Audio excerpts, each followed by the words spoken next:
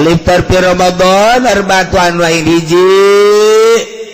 aya nu wajib bukana seperti nu head sakumaha tadi nu nipas teu menang dipaksakeun puasa wajib buka sanajan beuki jasa puasa lamun datang head datang nipas tetap wajib buka. Nomor kedua jaizun minang buka musafir jeung marid jelema nu ngalancong dekat Singapura ngalancong dekat Tasik ngalancong dekat Bandung ieu mandat buka bae mangga ada puasa bae mangga kitu kebeh nu gering cek nu gering teh dirasa-rasa rada kuat ieu puasa mangga kembali ka dirina bae tah mah cek dirina kuat ieu puasa laksanakeun ahwal mangga sakadar meunang. Nomor katiluna wala teu wajib jeung teu jaiz nu edan mah kumaha nyana bae atuh wajib bukan teu menang bukan teu sebab teu kataklif mangga bae kumaha nyana bae. Nomor kaopatna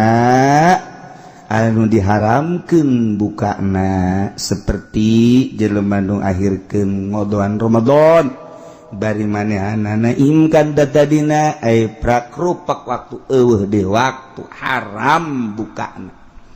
Zaid tahun kamari teh boga kodoanin 5 poe eta wajib dikodoan di jero tahun eta diungka diengke bae Syawal lapit haji Muharram Safar mulut sini mulut Jumadil Rajab datang karwacan dikodoan aya waktu 5 poe deui teh ka bulan Ramadan eta geus seureut jasa waktu samporet nyana ngodoan di dinya haram puasa haram buka lantaran mun buka eueuh di poe pas-pasan ta eta wajib nyana ngalaksanakeun qada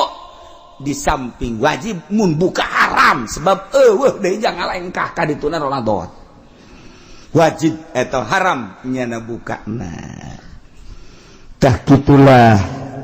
caritaan tentang pembukaan anu wajib buka anu nang buka anu teu wajib teu wenang aya nu haram buka.